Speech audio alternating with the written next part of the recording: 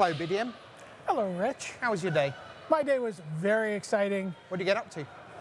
Watched a lot of great players play great Magic, and we saw one of the most dramatic, sure things go to possibly epic,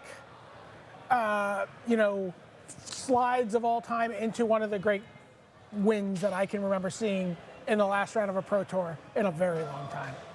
It has been a truly remarkable day. Let's waste no time. Let's get to the big board behind us and let's unveil the final standings here at Pro Tour Eldritch Moon coming into our top 8.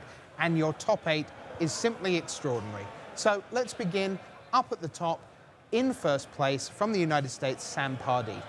Yeah, Sam Pardee, team Face-Face Games, been playing Magic since he was about 3 or 4 years old. He's been playing Magic his whole life. The family legend is that he learned to read playing Magic, was taught to play Magic by his dad, who will be in this room tomorrow watching his son play in a Pro Tour top 8. Oh, that's wonderful. Wonderful stuff. And a great performance by Sam Pardee. Known as a constructed player, but more than got the job done in Limited 2. 12-2-2. He's your number 1 seed. Next, number 2, your number 5 ranked player in the world. Back to back to back. It is Luis Scott Vargas, otherwise known from Hands-On Forth as LS3. Three Pro Tour top 8s in a row. Competing now, trying to chase down John for the super secret luxury wing of the Pro Tour Hall of Fame, where you have a second Hall of Fame career after you are inducted into the Hall of Fame. This is his 3rd. He's having a Hall of Fame season right now. And he's making Joel Larson feel really awful. He's just making Joel Larson feel shabby. It's really mean of him. Oh, bless. We'll get to that in a little bit. Okay, so Luis Scott Vargas with his 3 Pro Tour top 8s. Next up, we have Yuta Takahashi, the man who is known universally as the king of the fairies, because in the old Bitter Blossom days, he won Grand Prix left, right, and center, came back, won Grand Prix again in the last couple of years, again, with sort of fairies central to that plan. And he made it in, first representative of Japan, the 12-3-1. Yeah, absolutely. Just a great run by him. A little quiet, actually, in terms of his, just below the very top tables. We didn't talk about him a lot this weekend, but a tremendous run by him. Speaking of people who are bubbling below the surface, Lucas Blohan was having one of the quietest platinum seasons on the Pro Tour this year. Right.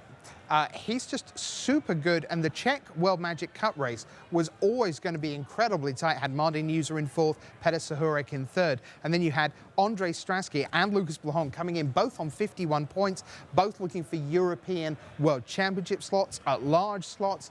They went at it every round. They kept on winning, and they were just spurred to eventually get to the point where, in the end, Andrei just fell short, and Lucas Blohan 12-3-1 in for another top 8 for him. Now, number 5, Ken Yukihiro, boy, did he use the clock. And I mean, he used every second of the clock, every second of extra turns. Just amazing Magic twice. Weaver of lightning speed. Oh, very good. Yeah, they finished game 3, under 5 minutes left in the round. And game 2. They finished game 2, under 5 minutes left in the round, and somehow manages to win a match on camera, under the lights. 15 points of damage. Yeah, 15 points of damage, seemingly out of nowhere. incredible performance by him. Yeah, and that was just to get him into his win and in, which he then also goes to time before defeating Reed Duke. The good news for Reed Duke, just skipping over the number 6 seed for a moment, Reed Duke is still in the top 8. So he lost his last round, but at 12-4, he'd paced the field. He was one of the co-leaders at 10-1, at 11-1, 12-4. Reed Duke in again, and a phenomenal achievement for him. Yeah, absolutely. We talked to Reed earlier in the day, and he had said, I've done this before, but it's been a long time.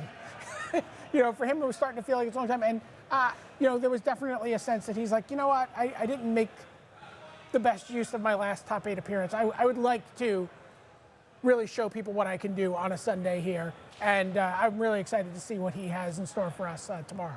Okay, well, I didn't want to slight the player in 6th. Goodness me, no. Let's take a look. In 6th place, The number 2 ranked player in the world, that's going to change.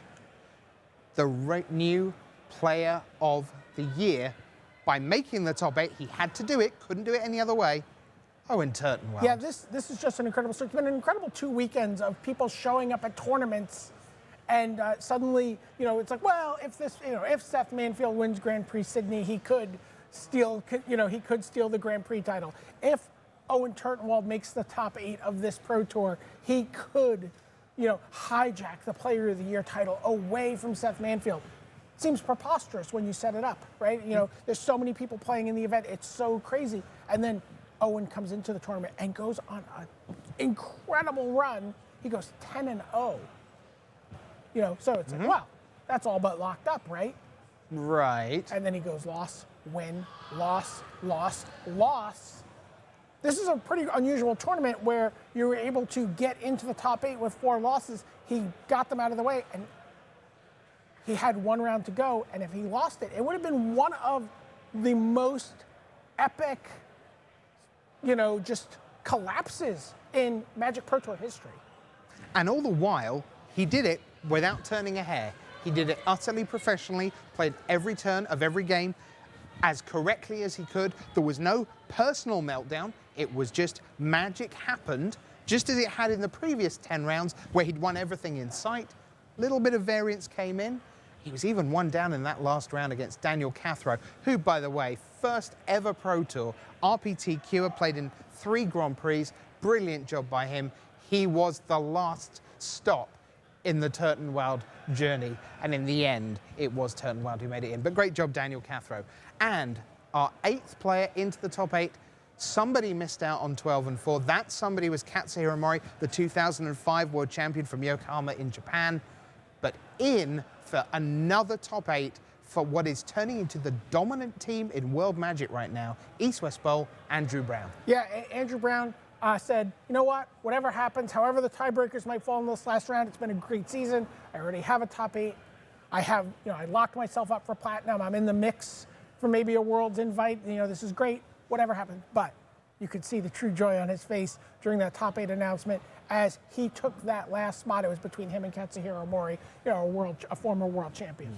So Andrew Brown is in. Those 8 will come back tomorrow for an incredible standard that was super varied, BDM. It wasn't just about Bant Company. In fact, it was barely about Bant Company, unless your name's Louis Scott Vargas. Yeah, we talked to the Channel Fireball guys about beat him or join him.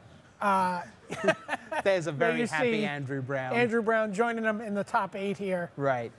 But yeah, the standard format, pretty wide open. Lots of decks, Black, Green, Delirium, lots of different emerged strategies. Bad Company, still viable. We saw people playing Black, White. We saw people playing, Spirits. We saw all sorts of stuff. Yeah, and we're going to see all sorts of stuff tomorrow. Just time to tell you that we have a Rookie of the Year and a Constructed Master in Oliver Tew of the United States. A brilliant season for him, and you'll see him everywhere next year. One of the great talents in the game. And also, we have a Draft Master.